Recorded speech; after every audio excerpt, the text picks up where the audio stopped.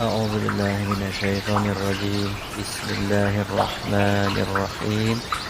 Sugrining puji anu sampurna sareng pangalem sagemblengna eta tetep kagungan Allah anu mikawelas ka abdi-abdina, anu ngaluhurkeun darajat anu bakti ka anjeunna.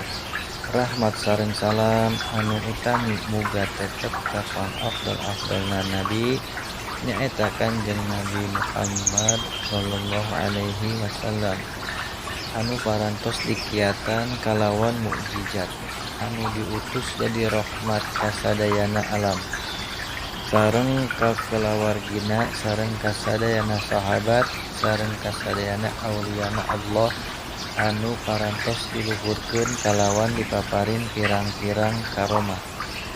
Amma ba'd, mangka ieu sapucuk kitab anu kalintang ringkesna nyarioskeun manaqibna Sultanul Auliya wa Imamil Ulama Asy-Syaikh Abdul Qadir Al-Jailani qaddasallahu subhanahu.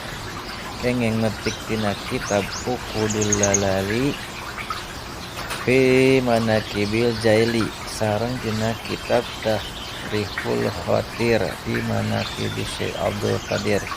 Mudah-mudahan aya manfaatna ka sadayana dulur-dulur anu kersa ngaos atanapi ngadangu kalawan ngagungkeun kanu kagungan ieu manaqib.